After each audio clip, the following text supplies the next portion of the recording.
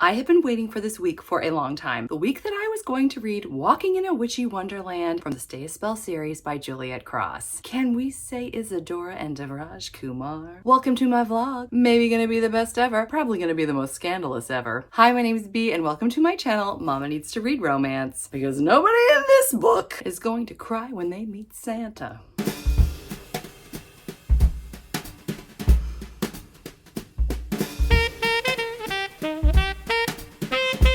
I fell in love with the Stay Spell series in October, and I've never looked back. Well, maybe I did during this book. I love the stories, I love the romance, I love the intensity, I love the passion, the excitement, there's mystery. I love the sisters, I love seeing them find their happy ever afters with supernatural men who are generally gentlemen and people that I enjoy. So I was beyond excited to read this Christmas book. It's got 5 short stories featuring the characters we know and love from the Stay a Spell series. I could have read it earlier because it comes between, I think, books 2 and 3 or 3 and 4, somewhere in there. But I really wanted to wait and do this one in December because I thought it would be even more special. And yeah, I really missed Devraj and Isadora. So I'm really excited to meet up with them again. Let me just be honest, to meet up with Devraj again. So let's talk about what's in the book really quickly before we really start the vlog. The first story is Bewitch You a Merry Christmas. Always the peacemaker, Evie conjures Christmas magic between a hexed hottie and his witchy neighbor, while Mateo and Alpha plan to do whatever it takes to get some alone time with their girl. I'm not looking forward to Alpha, but I'm looking forward to Mateo. Here's the one I really want. Rocking Around the Hexmas Tree. A dirty Santa gift with a very special hex boosts Devraj and Isadora's life from sizzling hot to scorching. Uh-oh. Clutch your pearls, ladies. Jingle Bell Jock. On New Year's Eve, a new man puts the moves on Charlie. Tired of pining for his best friend, he's ready to move on. Fortunately, JJ's jealousy is just the right ingredient to move them well out of the friend zone. And I remember reading in books 4, maybe? That's when Charlie and JJ, they had already started something. It must have started during this book. You're a mean one, Mr. Grimm. Her first glimpse of Grim Reaper Gareth Blackwater. That guy. Evokes a major case of insta-hate in Lavinia. At that same moment, Gareth is hit with insta-lust. Of course he is.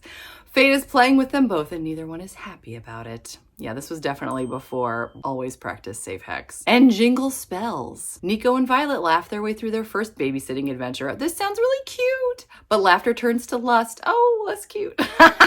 When Nico's dad vibes tug on Violet's maternal heartstrings. Mischief and mayhem dominate the holiday season for the Savoy Sisters of New Orleans. 5 sexy stories set in the Stay a Spell world. Looks like fun and looks kind of crazy. I'm gonna read 1 story a day. I'm gonna report back to you. There will be spoilers from here on out. Let's do this.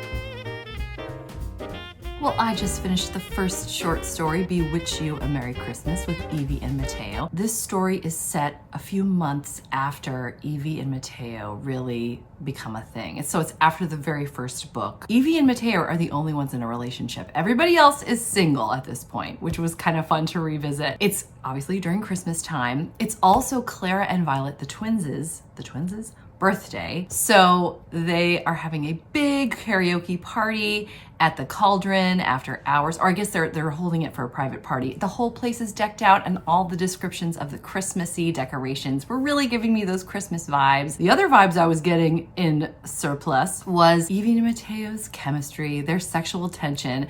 Pretty much every page there was this undercurrent of intensity and passion and oh my gosh, they couldn't wait to be together, but they had to because Evie was dealing with a couple things. 1, the birthday party that was coming up, and 2, there was a friend of hers, Tia. If you've read the series, you know Tia. She's a friend. I can't remember who she's best friends with. One of the gals.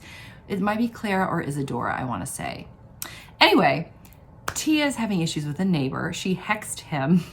So he's like Rudolph. It was really funny. He was saying Christmassy things sort of against his will, like he'd been hypnotized, and he had a Rudolph's nose. So Evie went to go break the hex, and she realized that Tia and Marcus, this is the neighbor, who had been hexed, they have a thing for one another. So she decides to sort of set them up by forcing them to go to a karaoke party afterwards, and they got to sing together on stage, which was really cute. But of course, the whole thing was leading up to Mateo and Evie just loving on one another. So it was very romantic, very passionate, very intense. You'd expect nothing less from a Stay a Spell series story. B coming back from the future, I have to tell you, I wanted to mention that there is a Grimm that comes to the party, and he's only talking about Clara, not interested in the fact that it's also Violet's birthday. He was smoking before when Mateo invited him to the party. Nobody's mentioned his name, but I think I know who it is. I have a strong feeling that he is very much going to be in book 6 of the Stay a Spell series, and I am really looking forward to that.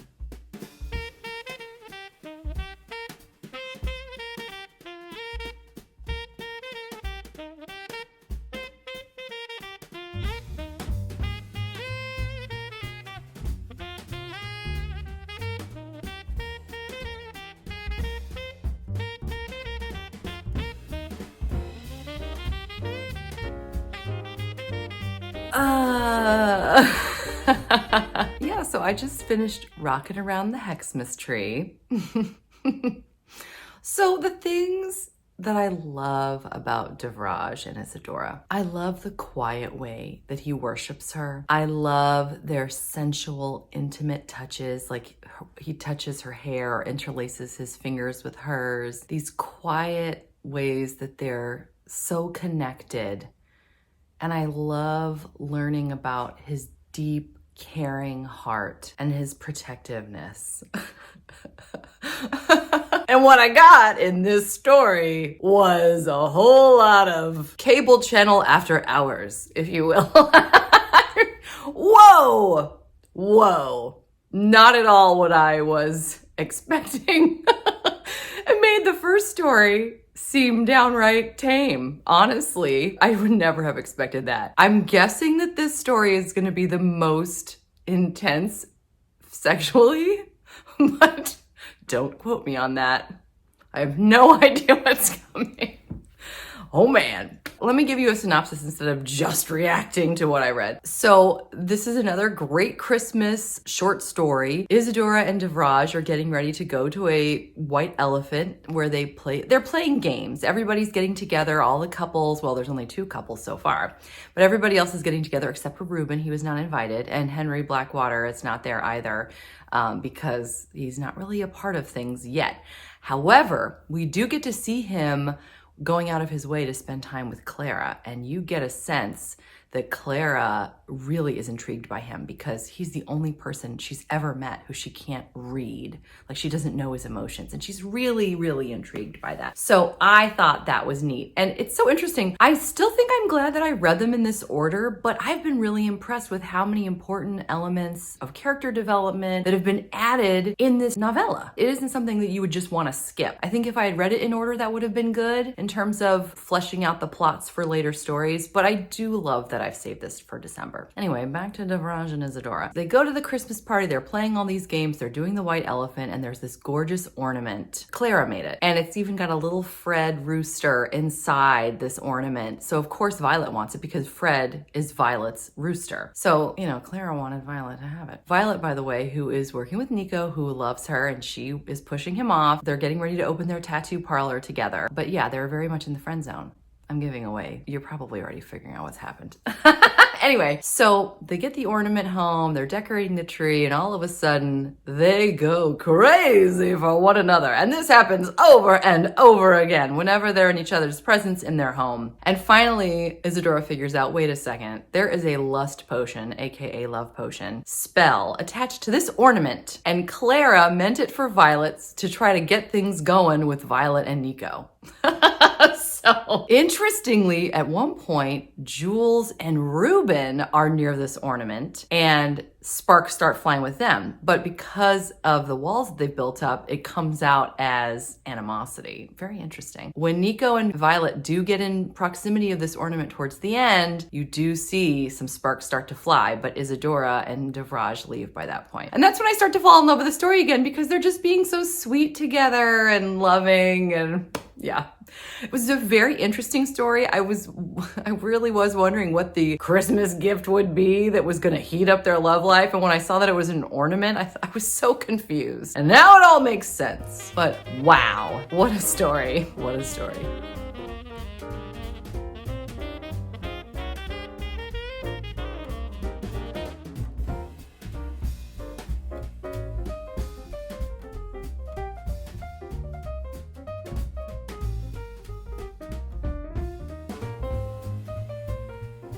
It's my birthday as I'm filming my recap to Jingle Bell Jock, which I really enjoyed. I loved seeing two best friends who had been together through thick and thin, really been there for each other for years, finally get a chance to really love each other. I thought it was so sweet. It was steamy and spicy, but not like way over the top where I was like, ah, you know. It takes place on New Year's. It's in the middle of Witches Get Stitches, which I thought was cool that they have it in the middle of a book as opposed to right after, which the first two stories in Walking in a Witchy Wonderland are after each respective book. So this was cool. And also this is the first story where you're seeing people pining. They've loved each other forever, friends to lovers kind of deal, which I thought was really fun. So it's New Year's Eve. JJ's chatting it up with some guy. Charlie's jealous, so he goes off. Actually, he's approached by someone else named Thomas, who is really sweet and really likes Charlie. So Charlie thinks, you know what? I'm never going to be with JJ. I might as well give it a go with Thomas. And they share a lovely kiss at New Year's, and then apparently they start dating. It was we fast forward in time, but the Savoy sisters take turns chatting with JJ and Charlie and saying, you know what? We know that you guys love each other and you need to try. So JJ, I think finally the catalyst for JJ asking Charlie on a date was that JJ was so jealous of Thomas. So JJ takes him on a real date, and on this real date, he gives him tickets to Europe. They've always talked about going together to Scotland and England and seeing the countryside. I mean, what a date, all right? I mean, that would be incredible. And Charlie's like, yeah, this is great. Is this a date? Well, up against the car after the date, JJ lets it be known, no, this was definitely a date. Charlie says, you know what, I just can't because I'm with Thomas, and Thomas is a good guy, and Charlie takes things slow, and he's an honorable guy. He wants to be really careful and cautious. So JJ goes home in a huff. He's despairing because he feels guilty that he put Charlie in that situation, but he just loves him so much. So anyway, Charlie comes to JJ's house and then says, you know what, I talked to Thomas and I broke up with him. So game on, JJ! And they proceed to have game on. And then the following morning as well. I loved that they fast forwarded in time 5 months to them being on their trip in this English countryside, I believe, and they're actually watching the sunset over one of the famous scenes that they filmed Harry Potter's 1 and 2 and Downton Abbey, and they share a kiss as the sun sets. I was like, this is so cute and cool in a whole other way. So I really love this one. Can I say this is my favorite one so far? Is that crazy? Because it didn't even have Devraj in it. Well, it did for 1 second. I really liked it. Sweet.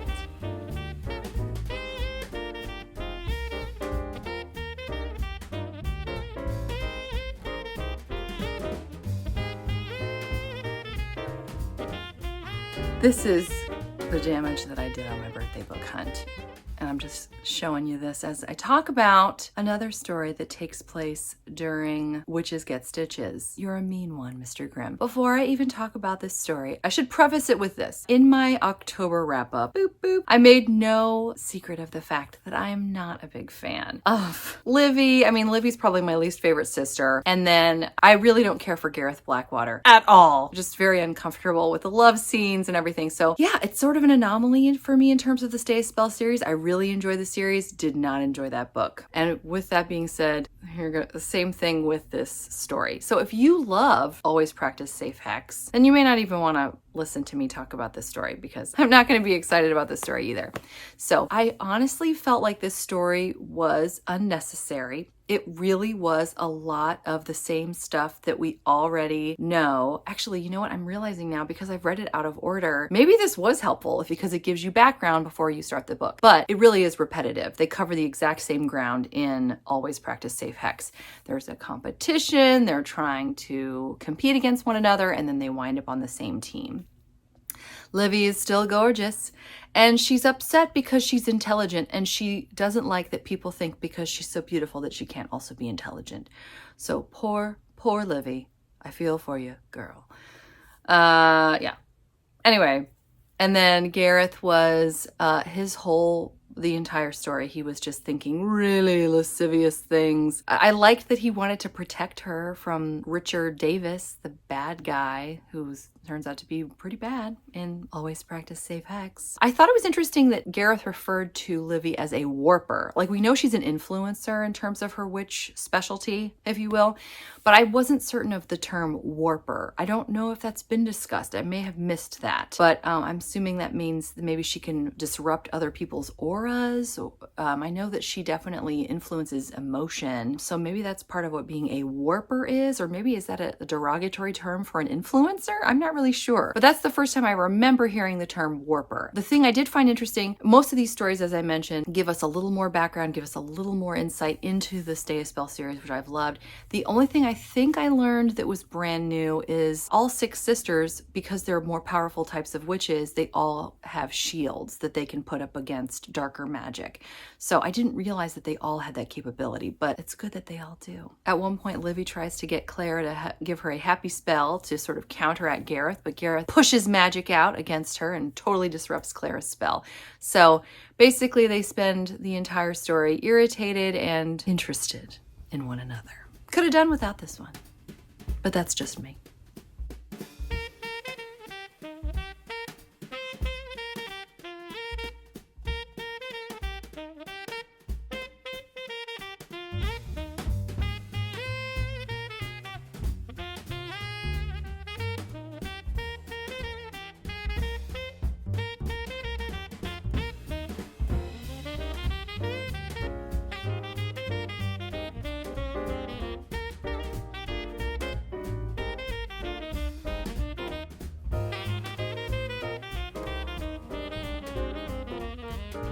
Okay, how perfect is it that on the last day of my vlog for this book, my husband got me this for my birthday. It's from Bonfire, which Christy of Christy Reads a Lot told me about. I'm gonna have it linked below in case you wanna get some merch from the Stay a Spell series. This would not have been my first choice, but I didn't stipulate anything. I just said, honey, I want something from the Stay a Spell series on Bonfire, and this is what I got.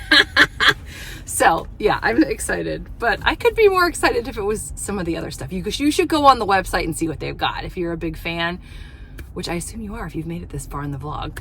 Anyway, okay, let's talk about Violet and Nico's story. I loved this story so much. Sorry, my watch keeps going off. Everybody is texting me right now. I'm doing this while I can. So let's talk about Violet and Nico's book, Jingle Spells. I loved this story. So they are babysitting for Mateo and Alpha and Evie's triplets, Joaquin, Diego, and Celine. They're about 15 months old at this point, so it's a couple years after Witches Get Stitches. Nico and Violet are very much a couple. They are very much in love, and they fall even more deeply in love during this babysitting gig where they get to see one another with little babies, and they just realize, oh my gosh, we are so ready for children ourselves, and I'm sure marriage too, because Violet was thinking about that at some point. It was just darling watching the two of them kind of struggle with 3 15-month-olds. I can't even imagine doing that. But it's really neat, actually. So Diego is a werewolf, Celine is a witch, and Joaquin, it turns out, they discover that night, is not only a werewolf, he's also a warlock, because he can do telekinesis as well. Evie and Mateo had no idea. They thought it was only Celine that could do the telekinesis, but it's not. So Joaquin is going to be extra, extra special. He may be one of the only combo werewolves and warlocks in the world. How cool is that? It was really fun watching them, as I said. And then of course, after Evie and Mateo come back and take their 3 little kiddos, Violet and Nico, decide to start trying for a family right away. And I loved it. The whole love scene was just imbued with so much love. I'm just so happy for them. I'm happy that they're going to be taking the next steps in their relationship.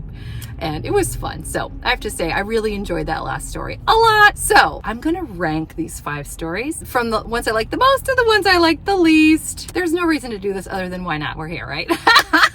So my number 1 most favorite, I think, was Jingle Bell Jock, Charlie and JJ. I loved that one. I loved seeing some side characters get their day, and I just loved the ending. They were off in Europe, and that was neat because we hardly ever go to Europe in this series, so that was kind of cool. My number 4 was Jingle Spells, Nico and Violet finding deeper love for one another, if that was even possible. And yes, it was. It was lovely. Not really tied into Christmas, but that's totally fine. My number 3, Isadora and Devraj. I loved seeing the 2 of them together. It was kind of a lot for me. I could have used more sweet as opposed to spicy in their story, but you know, beggars can't be choosers, right? For number 2, it was Evie and Mateo / Alpha. Evie breaking the spell with Tia and Marcus was really cute, and I loved the karaoke party for Clara, and Violet was really nice, you know, but it wasn't my favorite. And then my least favorite, surprise, You're a Mean One, Mr. Grimm.